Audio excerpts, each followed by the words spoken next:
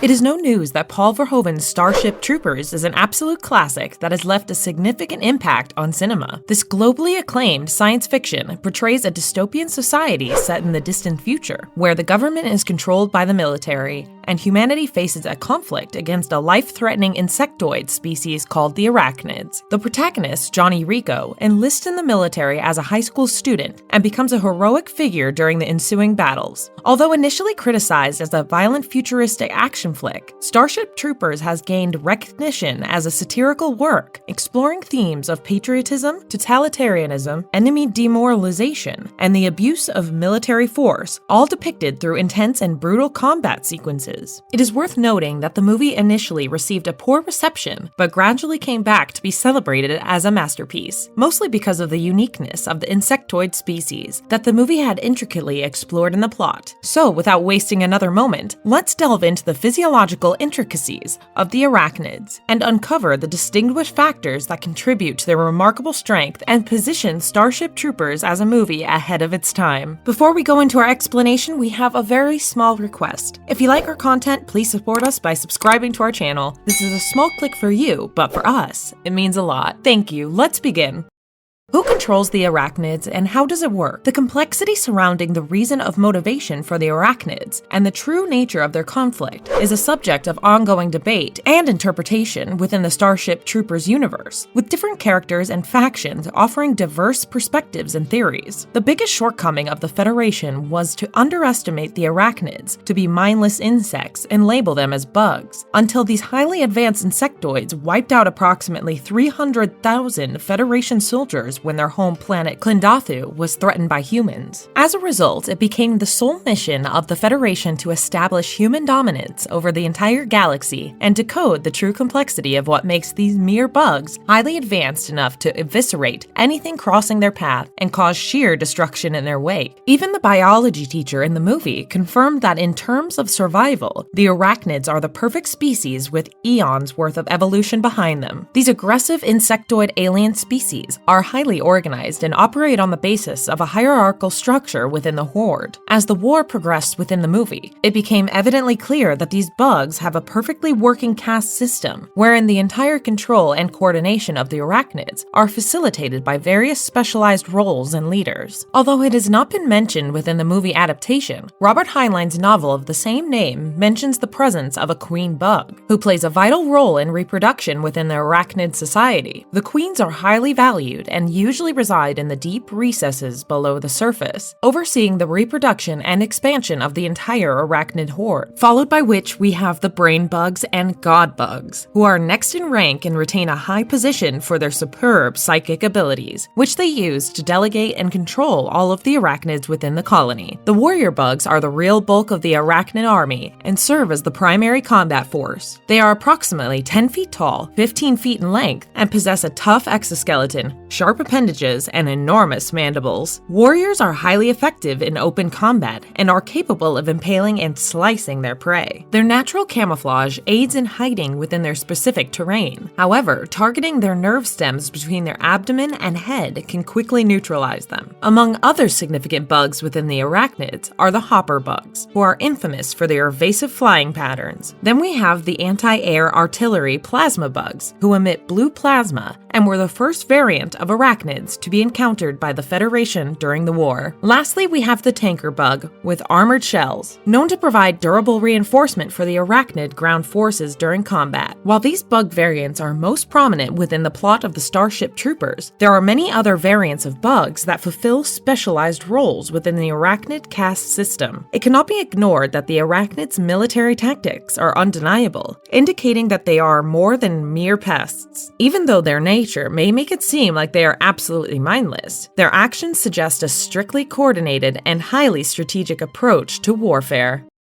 Orbits a twin star system whose brutal gravitational forces produce an unlimited What is the home planet of the arachnid species? In Starship Troopers, Klendathu serves as a home planet of the arachnids, acting as a central location for much of the conflict. It is portrayed as a hostile and challenging world that becomes a major focal point in the war between humanity and the arachnids. Klendathu is depicted to have a unique celestial arrangement as it orbits a twin star system, featuring a blue star and a yellow star. This unique dual-star environment contributes to the planet's distinct appearance and likely impacts its climate and ecosystems. Apparently, it has 2 moons, which provide an additional celestial presence in its skies. These moons likely contribute to the planet's overall gravitational dynamics and could potentially affect its tides and other natural phenomena. Bordering Klendathu is an asteroid belt, a region filled with countless asteroids. These asteroids are believed to be remnants of Klendathu's twin world, suggesting a catastrophic event in the planet's history that shattered into fragments. The presence of this asteroid belt adds an extra layer of intrigue and provides a potential explanation for the abundant asteroids found in the Klendathu system. The planet's surface is said to have a breathable atmosphere, enabling the arachnids to exist without the need for specialized life support. However, despite this breathable atmosphere, the planet is described as arid and extremely mountainous, which implies a scarcity of water and limited vegetation, creating a harsh and unforgiving environment. Visual representations within the film showcase the striking vistas of the planet, particularly emphasizing its rocky, uneven geography. These visuals help create a sense of a harsh, unlivable world wherein the arachnids have adapted to thrive. Within the movie, the context of Klendathu becomes extremely significant as it unfolds into the target of a large-scale invasion by the Federation forces. The devastating destruction of Buenos Aires, a Terran capital city, serves as the catalyst for the invasion. Sky Marshal Deans, driven by the desire for retribution and victory, launches the ill-fated assault on Klendathu, which becomes a pivotal event in the movie, resulting in heavy casualties for the Federation forces and showcasing the intimidating and deadly nature of these bugs. The planet's treacherous terrain, combined with the well-coordinated defenses of the arachnids, proves to be a significant challenge for the invading forces. In a nutshell, the intricate portrayal of Klendathu as the home world of the arachnids adds a great sense of gravity to the conflict, as it represents the heart of the enemy's territory. Furthermore, it symbolizes the ultimate objective for the Federation forces, a crucial battleground where victory or defeat may determine the outcome of the war.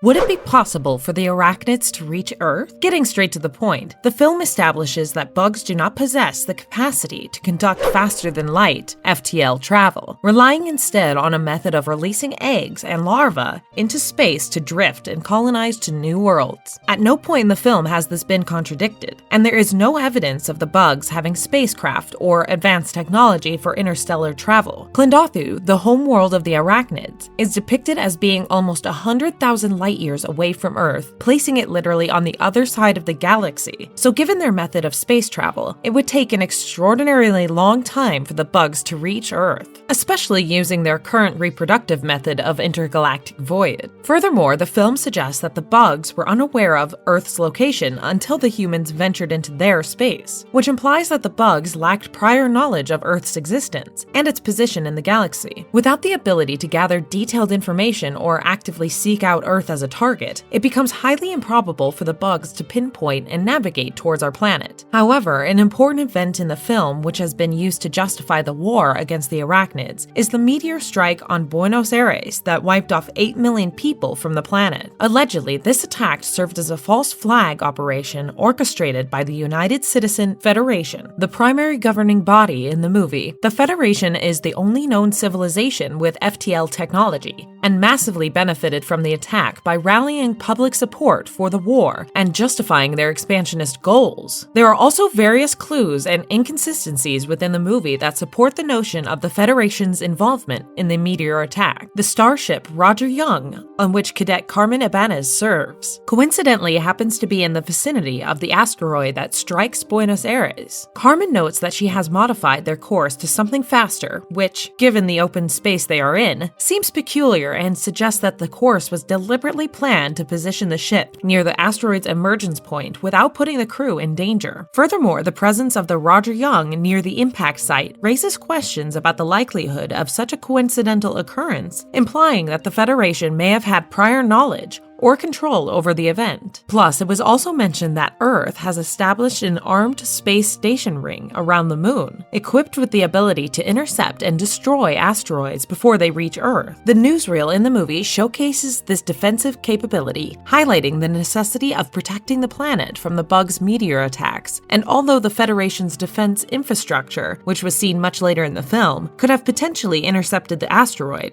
they did not, indicating a deliberate plan. The motivations behind the Federation's actions become clearer when examining their government structure and society. The Federation was depicted as a fascistic and highly militarized government, founded and ruled by veterans of past wars. It is important to note that their existence relies on the constant manufacturing of war, as they require a fresh batch of veterans to lead and legitimize their government. To become a citizen and gain rights as meager as voting or procreating, individuals must serve in the military and become veterans. Moreover, creating a threat from the bugs serves the Federation's purpose of justifying their rule and perpetuating a war-based economy. A prolonged period of peace poses a threat to their vision of the Federation, as it would mean leaders with different outlooks and values could potentially replace them. By fabricating the meteor strike and waging war against the bugs, the Federation can maintain control and continue their militaristic agenda. Taking all these factors into account, it can be concluded that it is highly unlikely, or rather impossible, for the Arachnids to reach Earth in the Starship Troopers. Their limited method of space travel, the immense distance between Earth and Klendathu, the indications of Federation manipulation in the meteor strike, and the motivations of the Federation itself strongly suggest that the meteor attack and subsequent war against the bugs were orchestrated by the Federation for their own benefit. Holy shit!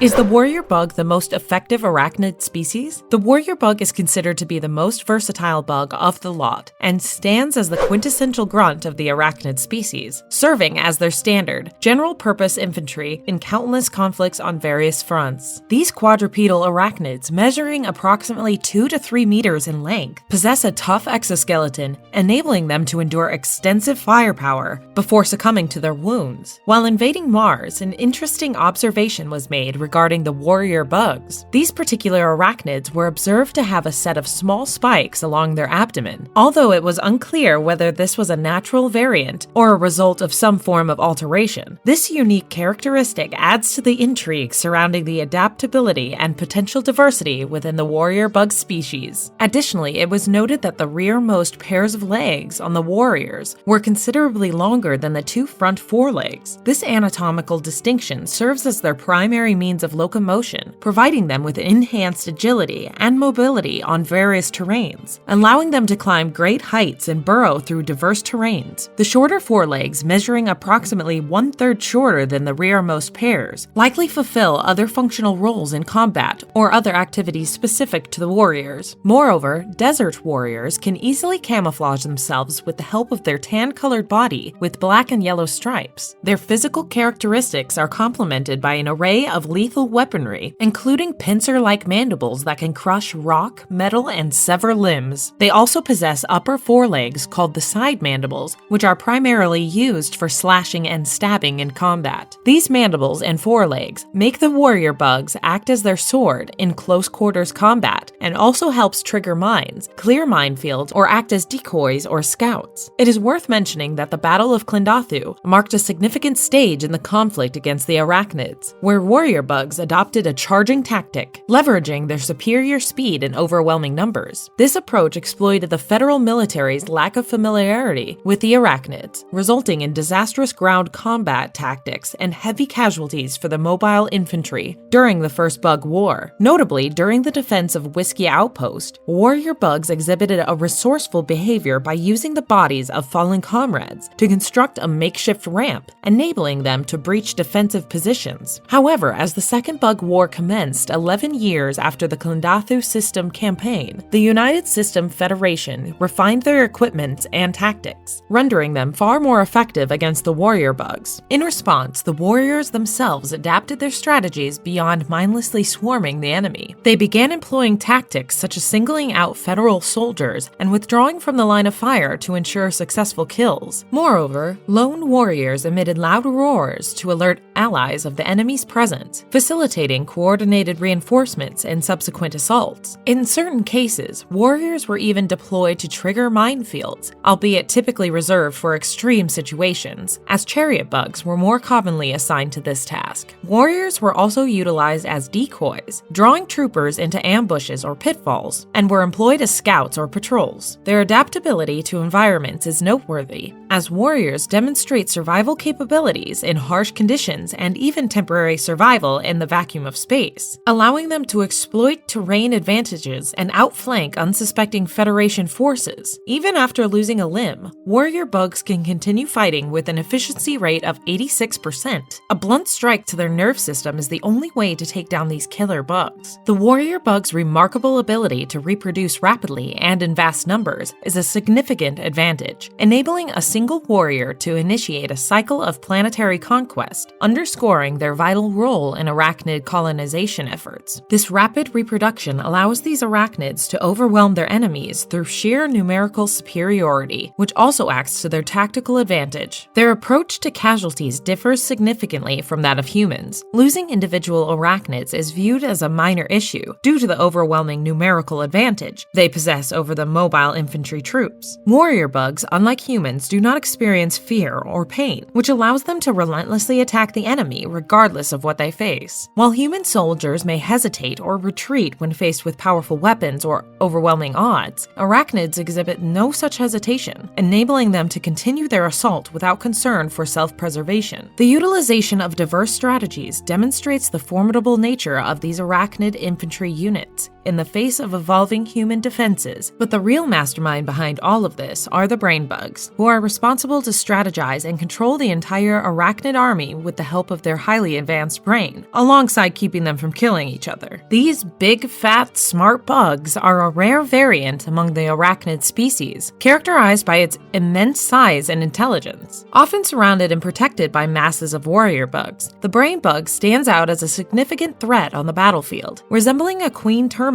in appearance. This creature's massive size is primarily composed of brain matter, which necessitates its reliance on a small horde of 4-foot-long chariot bugs to transport it. Although warrior bugs are primarily controlled by these brain bugs, their impressive combination of traits, encompassing their reproduction rate, adaptability, lethal weaponry, and tactical evolution, cements the warrior bug's status as the most effective and ubiquitous arachnid species encountered on the battlefield.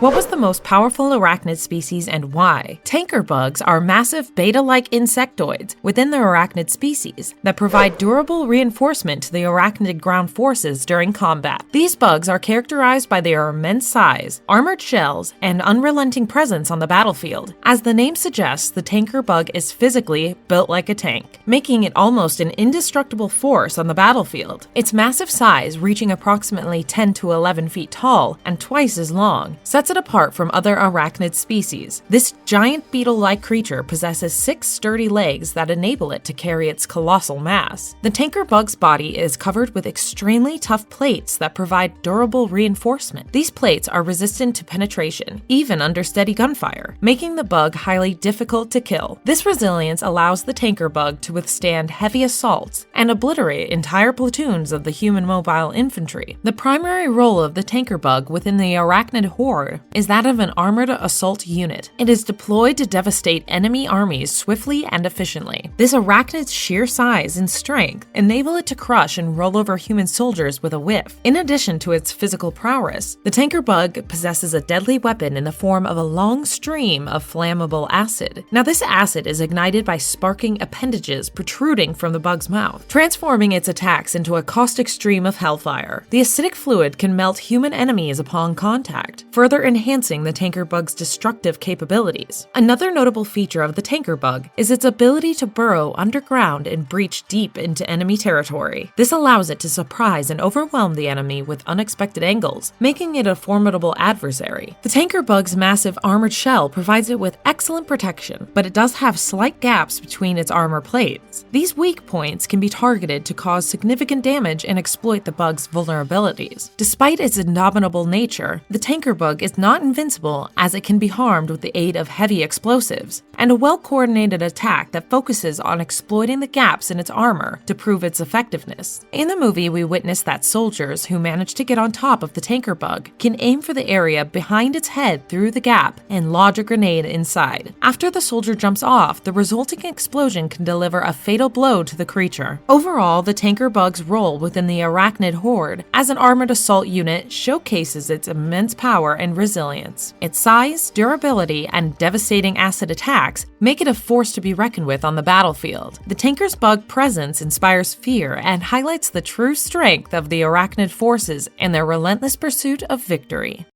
Exploring the queen bug and brain bug and their key leadership role. So, by now we have established that within the insectoid horde, it is the queen bug and the brain bug who primarily dominate the leadership role and delegate the entire army of arachnids, especially because of their advanced intelligence and highly functioning brain. Now, as one of their highest-ranking bugs, the queen had the crucial responsibility of procreation. Her existence was kept a secret from the Federation due to her critical role in ensuring the safety and continuity of the arachnid species. It is unknown how many queens existed across the galaxy and whether any remained after the bugs were defeated. While warrior bugs were also capable of reproduction, it is believed that the queen bug gave birth to deadlier variants, such as the chaser bugs and plasma grenadier bug, and she had the ability to reproduce at an insanely faster rate than the warriors. Remarkably, she could lay as many as 1,800 eggs per day, contributing to the rapid expansion of the arachnid horde. In the original novel of Starship Troopers, and later in the animated series and game adaptations, a particular queen bug played a crucial role. However, there have been instances where the other bugs would kill the queen rather than allowing her to be captured by troopers, as depicted in Starship Troopers Chronicles. The queen bug had a weird beak-like mouth, a crown-shaped head similar to a warrior bug, 2 larger limbs, 2 smaller limbs, and 6 extremely small legs for mobility. The queen bug exhibited a notable level of intelligence, and there were situations where she was seen holding hostages in order to protect herself. The arachnid queen was always heavily guarded, like any royalty, with the royal guard bug responsible for her protection. Moreover, the inclusion of a maternal figure amongst the bugs, such as the queen, added depth to the storytelling and opened up numerous new story arcs and mythologies to explore in the Starship Troopers universe. As mentioned before, fat bugs retain their high rank within the horde for their intellectual abilities. Within the arachnid hive, every thought and decision is reserved for these highly intelligent and telepathic monarchs. These rare variants, originally inspired by the appearance of queen termites, possess massive size primarily composed of brain matter. Due to their physical limitations, brain bugs rely on a small horde of 4-foot-long chariot bugs to carry them around like royalty. Using an elongated and sharpened proboscis, these slug-like creatures feed on the brains of their enemies, gaining knowledge in the process. One remarkable ability of brain bugs is their capacity to briefly control their victims, exerting influence over their actions. When Rico and his squad stumble upon the consequences of this telepathic power during a distress call on a bug planet, they discover a communications offer with his brain extracted, indicating that the initial call was an ambush orchestrated by the brain bug. This revelation sheds light on the brain bug's ability to receive real-time information about the planet's events and effectively communicate it to the entire hive, functioning akin to an organic quantum supercomputer. The true extent of the brain bug's capabilities becomes apparent when Carl, a psychic-sensitive Federation officer, reads the mind of a captured brain bug after a significant victory for the Federation in the war. This revelation confirms the strategic importance of the brain bugs within the arachnid hive, as they serve as the central intelligence and decision-making entities, shaping the collective's actions and providing invaluable insights into the ongoing events of the war. Thus, the brain bug along with the queen bug are key leaders within the arachnid species. While one dictates the entire army of the bug species and leads them in war through their telepathic abilities, the latter makes sure to reproduce hundreds every day so that their higher-ranking arachnid soldiers are never short of bugs to munch down on human soldiers. How do the arachnids reproduce? The statistics regarding arachnid bug reproduction times can vary depending on the source material, such as books, movies, and TV shows. In the book version of Starship Troopers, the bugs are depicted as being able to reproduce rapidly. They have the ability to trade lives similar to how the mobile infantry trades ammunition, indicating a very fast rate of reproduction. Now, in the movies and RPG, role-playing game, adaptations, it is mentioned that the bugs can reach full growth within 12 hours from birth. However, the exact number of eggs laid by the queen per day is not specified, but according to discussions among fans and speculations, breeder bugs, which are responsible for laying eggs, are estimated to lay around 10 to 15 eggs in a day. However, it is believed that the actual number of eggs produced by the queen would be significantly higher than that. In the book, there is a reference to the bugs' ability to replace lost warriors quickly. It is mentioned in the books that these arachnid bugs could lose over 10,000 warriors in exchange for one mobile infantry soldier, and still consider it a net win since they could replenish those losses within a week or even sooner, which is absolutely insane. Other factors such as the breed of bug, availability of food, and breeding space can also affect the rate of reproduction. Bug preferences for certain environments, such as desert and arid regions in the movies, or tropical environments in the series, may influence their colonization efforts and expansionist tendencies. Overall, while specific numerical data on bug reproduction times may not be explicitly provided in all versions of the franchise, it is generally understood that bugs reproduce at an insanely rapid pace, allowing them to quickly replenish their forces and maintain their overwhelming numbers to keep up their killer mode in the war zone.